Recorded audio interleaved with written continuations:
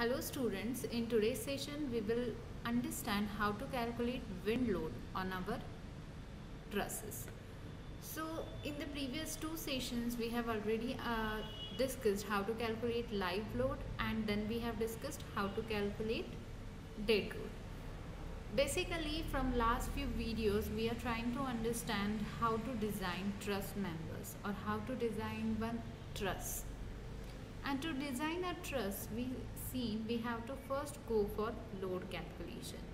In that, we understood different steps required to calculate dead load, then to calculate live load, and now we are on wind load calculations.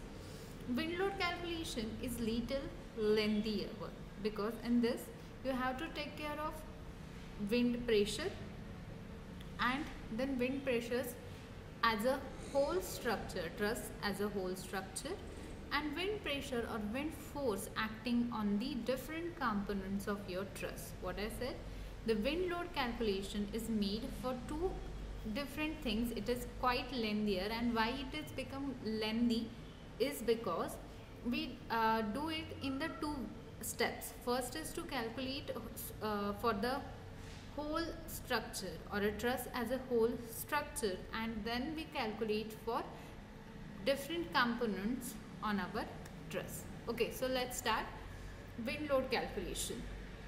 Here you can see one equation I have highlighted, P suffix Z.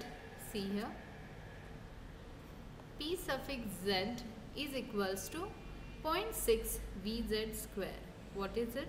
Pz is equals to 0.6 Vz square. Now what is Pz? Pz is called as a design wind pressure. What it called?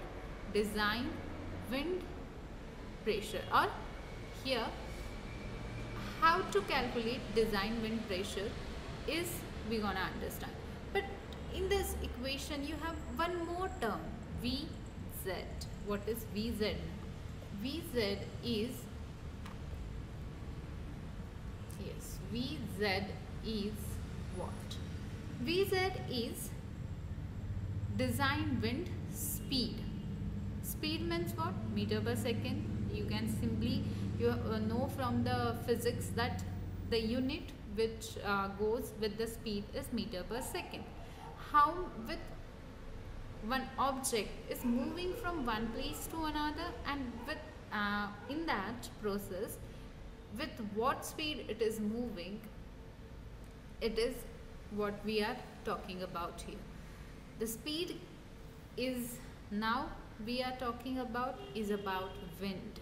What is the speed of wind, particularly in the region where our structure is located? What's the wind? What's the climatic conditions over there? And accordingly we will check our, or we will design our wind pressure applied on our structure externally and internally. In the next few steps you will understand what is externally, internally is, but right now you focus on Vz. V suffix Z means that it is a wind speed, and wind speed we now as a civil engineer you are not supposed to calculate wind speed. What you are supposed to do is open your IS code into the annexure in your design calculations. There is, for this load calculation there are different IS codes, right?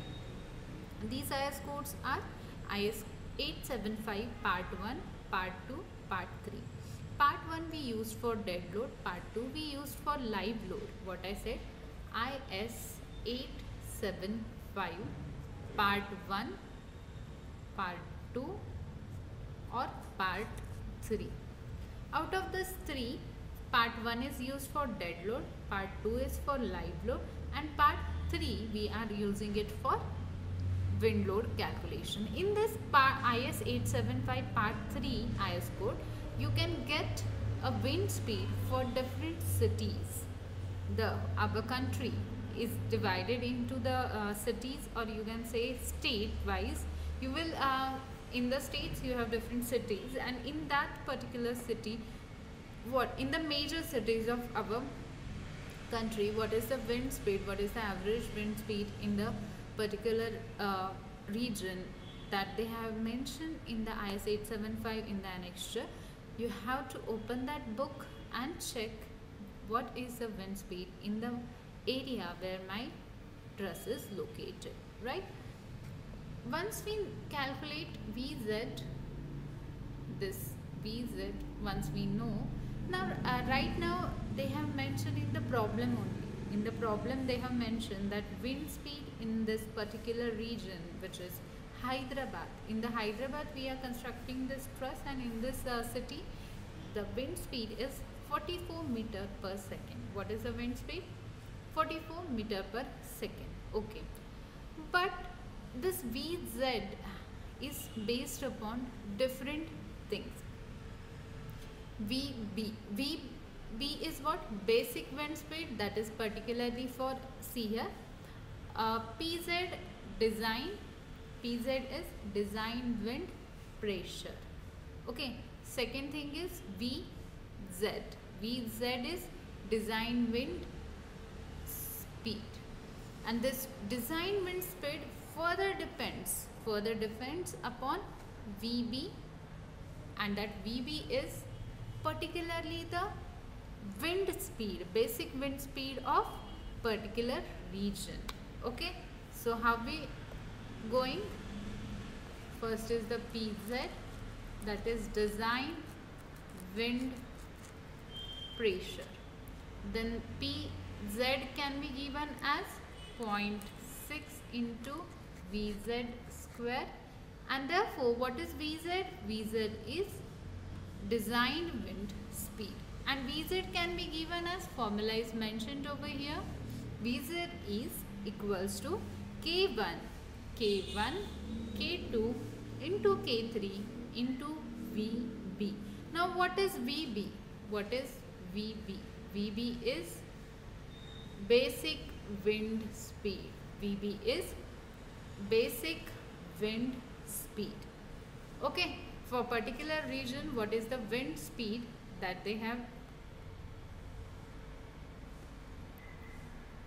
Yes, see, for finding basic wind pressure in any place in India, open the IS 875 part 3.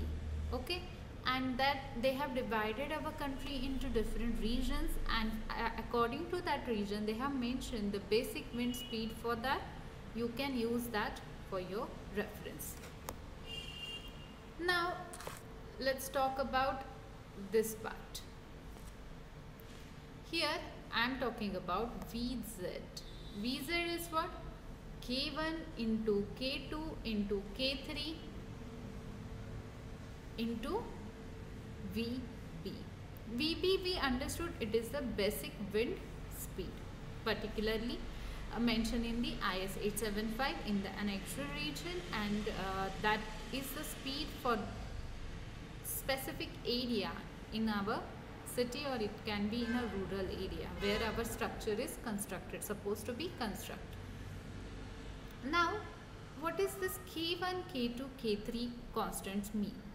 This K1 is risk coefficient.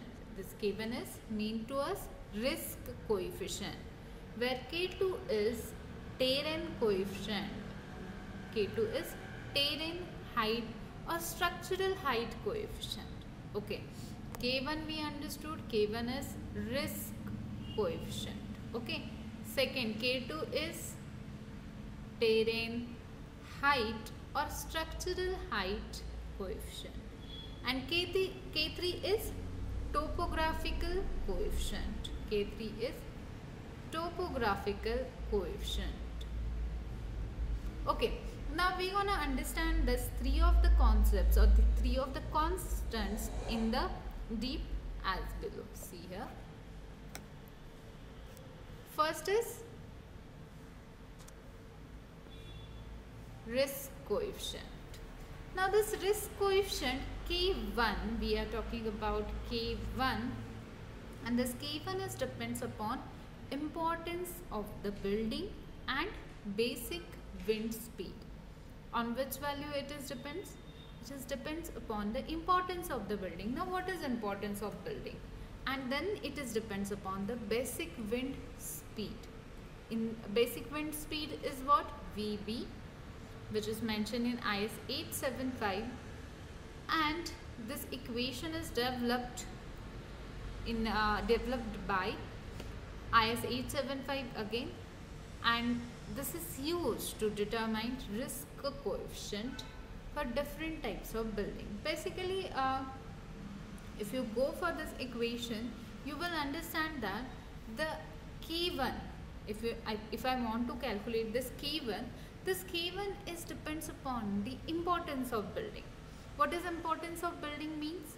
Importance of building means my structure is institutional building, or is it a residential building, or it is serving some defense purpose, or it is a hospital. It can be any, it can be constructed for any purpose which I have enlisted over here. Out of that purposes, on that basis, importance of a structure is decided. If it is industrial building, or if it is a structure which is going to use as a hospital, then the importance of these buildings vary from each other on the basis of what purpose it serves to be, right? And that's why we need not to worry how to calculate importance factor for any structure. This is also mentioned in your IS code. There are few categories and class of the structures on which on the basis of that we will try to calculate constant K1. Okay, so only thing you have to remember right now is K1 is a risk coefficient. Risk coefficient depends upon the importance of building and basic wind speed. Basic wind speed is the speed, a basic speed or the average speed of wind in particular region of a city where our structure is going to construct, and importance of building is calculated on the basis of the purpose of building we constructed for.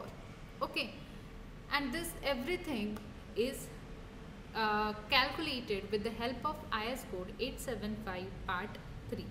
See where it is mentioned.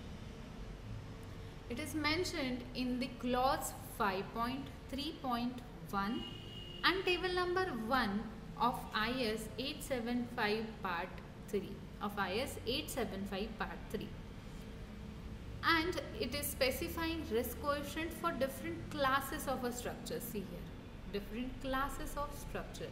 So they have considered classes of a structure. What is classes of structure? For that you need to open your IS 875 and which is specifically a part 3. Open it, try to read it. It is in the very simple language they have mentioned us what does the classification based upon of the classes which I am saying here. They simply wrote there the classes and their meaning. You have to read that. Okay, right now just understand what does constants mean to us. Next constant is K2. K2 is a terrain height and structural size factor. What is it? What type of a terrain, what is the height, and what is the size of structure that influence our second factor which is K2. How we will calculate that? That will be based upon height of what height of a structure we are constructing, then what is the size of your structure, and what terrain means what locality, what is the type of region, it is in city, it is in rural area, or it is in the hills region, where does your this truss is located.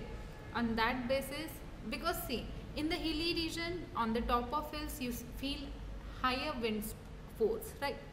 There is a wind flowing with greater velocity, right, with great speed. But if you talk about the cities in your residence, in the residential area, there are many buildings, they are very close to each other, and that's why the wind speed at that in those region is very low. Okay, in the low story structure which are lesser than the 4th floor height, they are experiencing minimum force of a wind, because they below a certain height wind will not exert much pressure, right? Wind flows as wind velocity increases, how the distance from the ground is increases, right? So that's why we are very specific that what terrain it is located, what is the height of a structure, and what is the size of structure, and that is totally gives us the second constant, which is K2. Now in the K2, see here,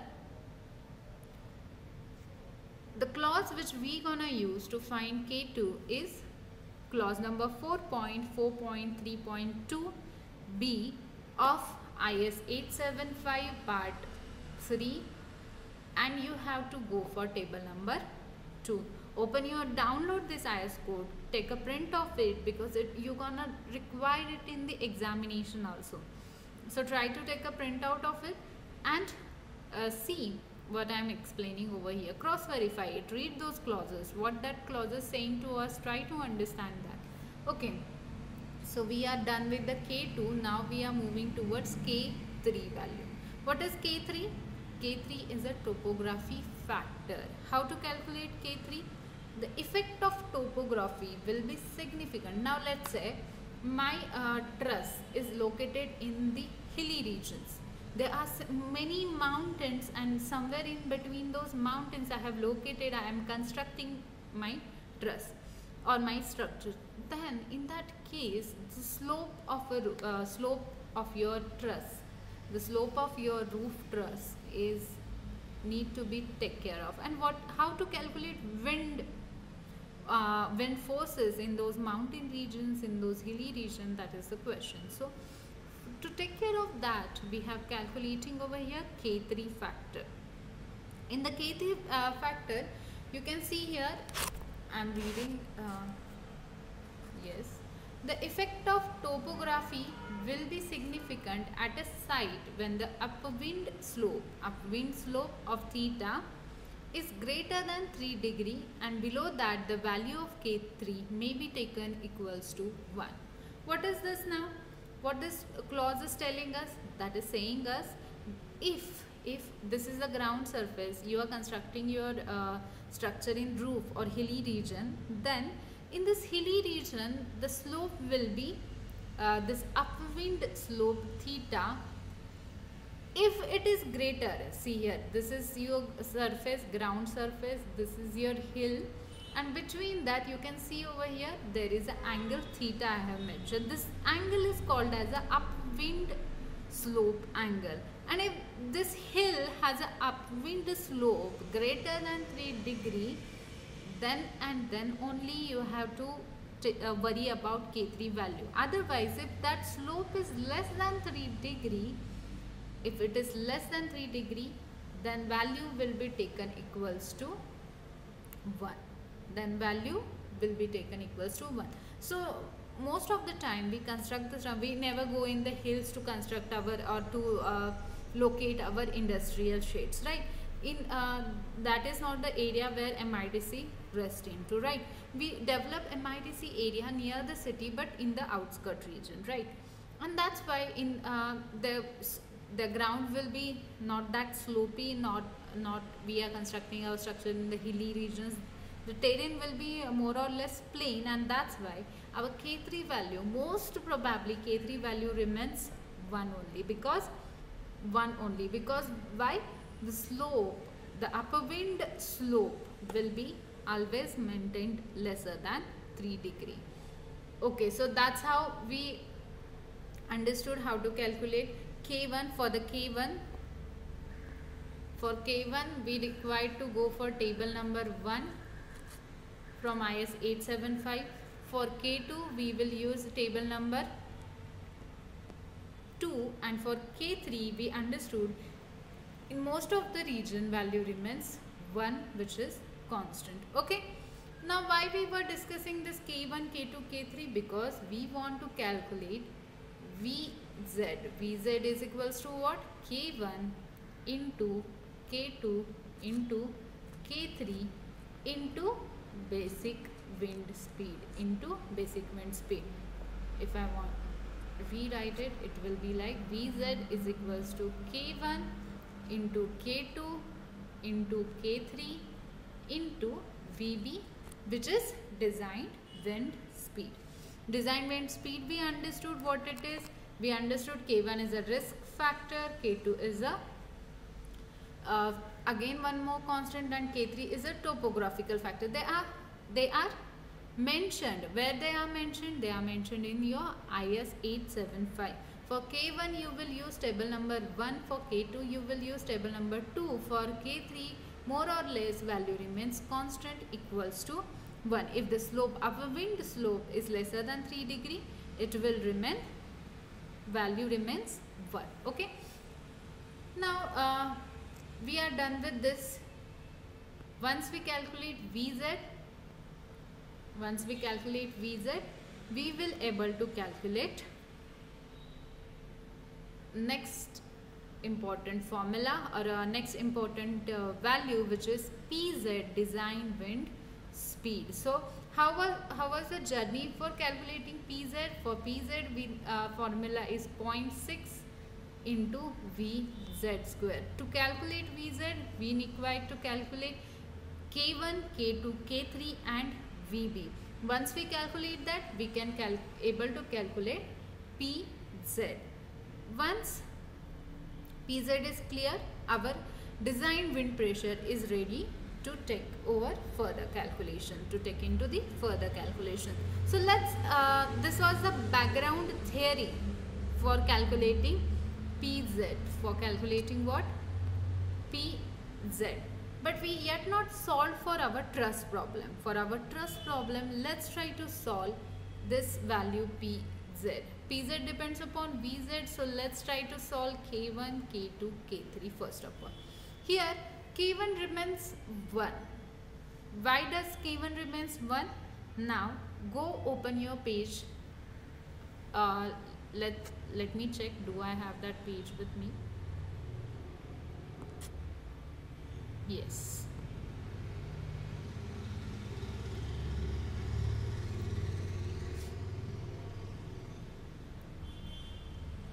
Yes, I have this table with me. See here, I said you have to, for calculating K1, you have to use table number 1. See here, table number 1 of IS 875.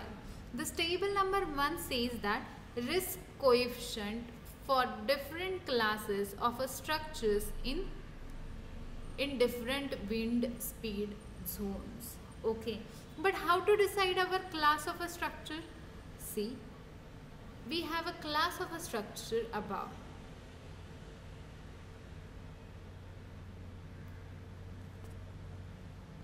Class A, Class B and Class C.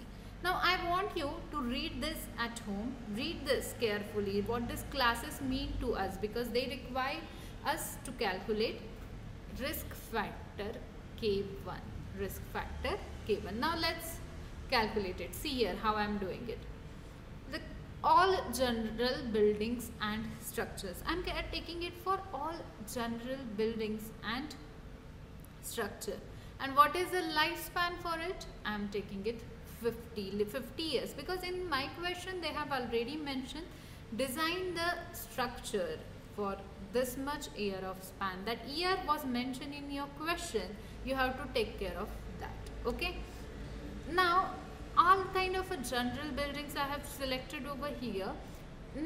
Now the K1 factor for basic wind speed, right?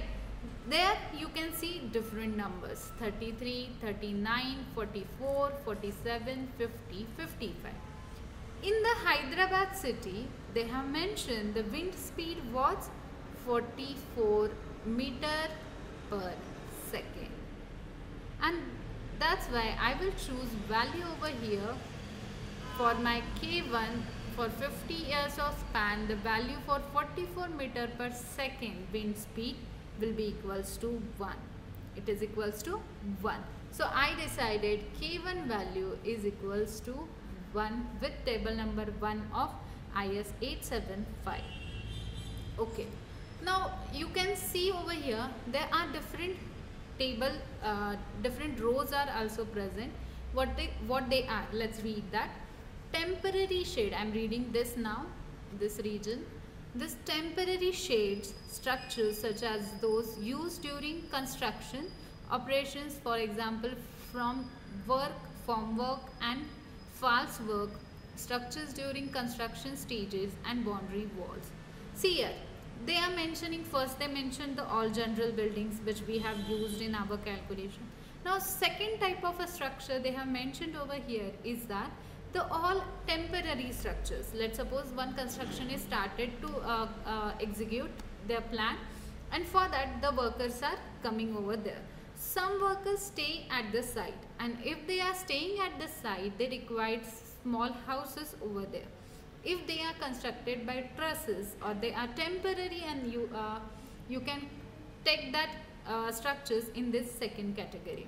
They are temporary structures. Even the formworks made, the boundary walls made for the structures, they all are temporary one, and for that you can choose the second category of this table.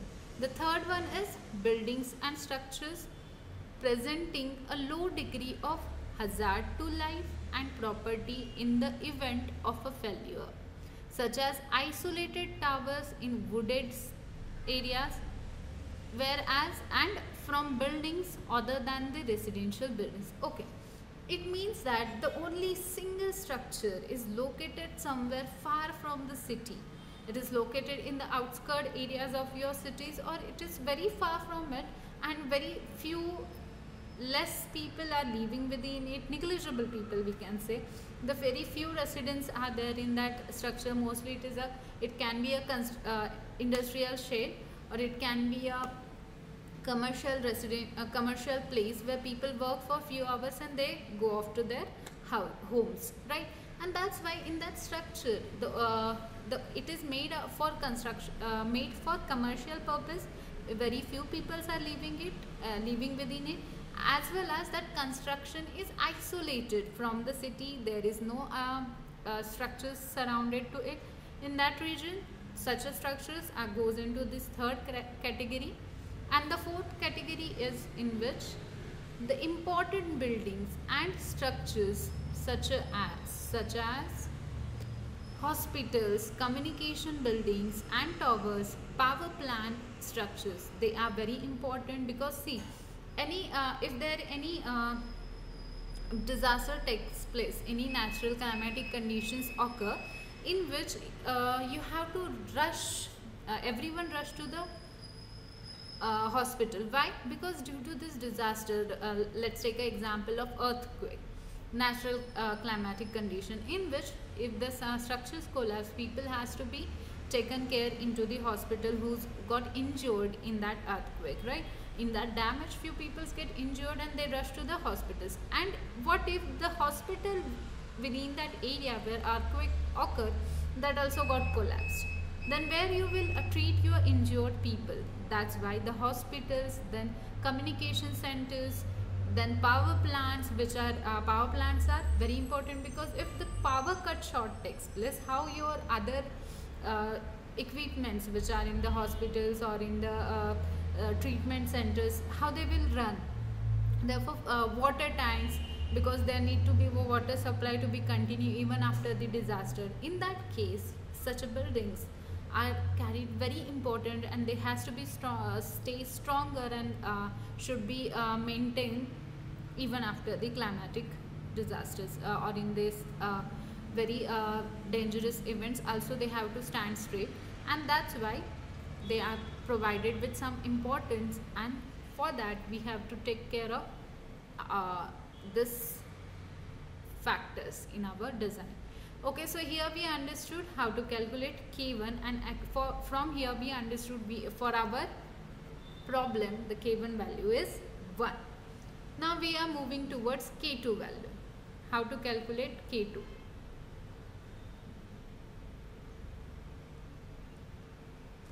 See here, K1 is 1, and K3 also I have written 1, because my this truss is located in what? Hyderabad, and Hyderabad is a city where there are no much hills, I know, and my structure is situated in ground surface which is plain, and around plain, almost plain. That's why this upwind angle is less than 3 degree, and that's why the value of K3 remains 1. The value of K3 remains 1.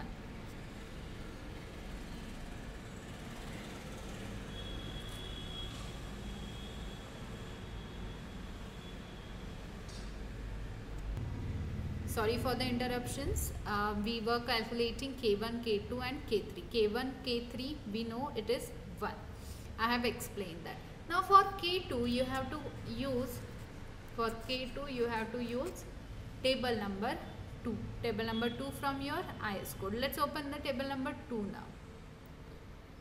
See here, I have table number 2 with me.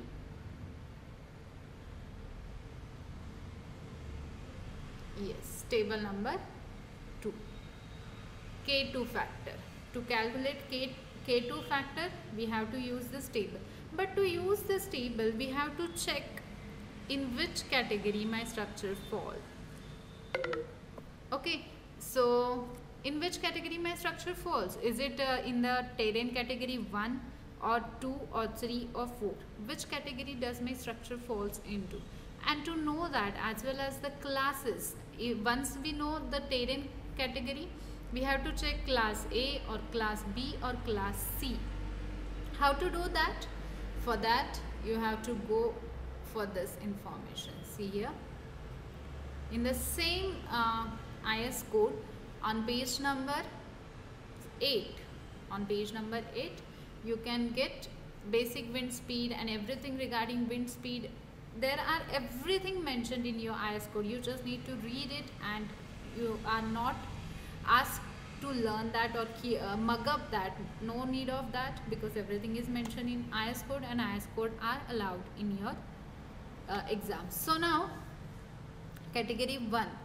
Terrain category 1 is exposed to open terrain with few or no obstruction, in which the average height of any object surrounding the structure is less than 1.5. What it means? You can simply see it as a city area, because see, in the city areas the terrain is open, but you cannot take a core city area. You have to go for outskirt areas where terrain is open. No obstructions. No obstructions means what? So many structures around our existing plan. If I am constructing my structures over here, somewhere here, and there are many buildings surrounding to it, then we can't go for category 1. Then we have to check other category. Accordingly, you have to read. You have to read every category from here. Category 1, 2, then category 3, and the 4th category over here. Yes, 4th category over here. You have to read this, and accordingly you have to go for your category as well as class. Now where is the class description mentioned? See here, just above the table number 1 you have classes, class A, class B and class C. You have to read that. In the class A, what they said, structure and or their components such as a cladding, glazing, roofing, etc. having maximum dimensions which is less than 20 meter. Means what? The cladding, glazing, whatever roofing extra material you are applying in your truss is less than the 20 meter size. So my class I have chosen from here, and the terrain category I have chosen. Once I know my terrain category and the class, I will select the value for this height. We know the height of our structure, it is mentioned in the problem, it is 12 meter high structure, and for that height, 12 meter height of a structure, you have to interpolate, because there is no particular value for 12. You have to interpolate between the height 10 and 15, and accordingly you have to select your class and terrain. From that I have selected, and you can see the calculation over here.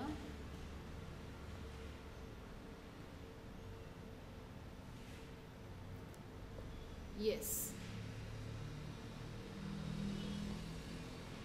as I said, for truss, the height of truss is 12 meter, and I have to interpolate between 10 to 15 meter height. Once I interpolate, the value of x is 0.904.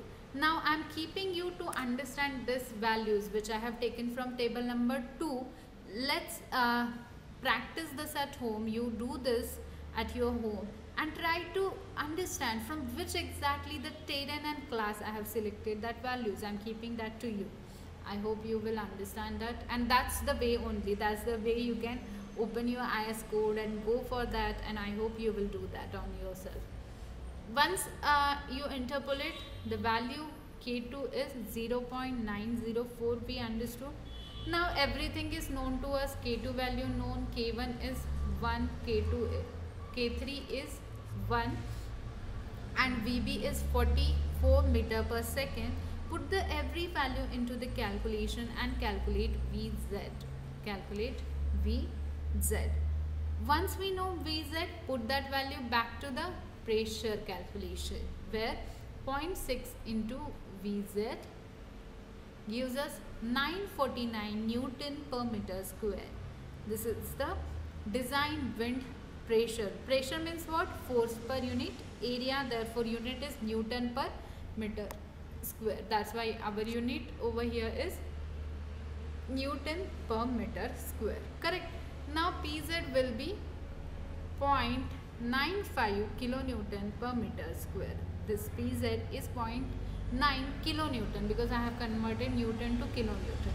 And this is the design wind pressure at any height above the mean ground level. And the next task is to determine what exactly the wind pressure acting upon our roof. This is at any height. This is at any height. But what particular height our roof is have, and if that at that particular height, what is the wind pressure, that we need to calculate, and that we will do in the second half. We will do that in the next video. Okay, thank you, and keep reading all the content. Try to practice it at home, and please open IS code, download this IS code 875, open it and simultaneously cross check it with my calculations. Thank you so much.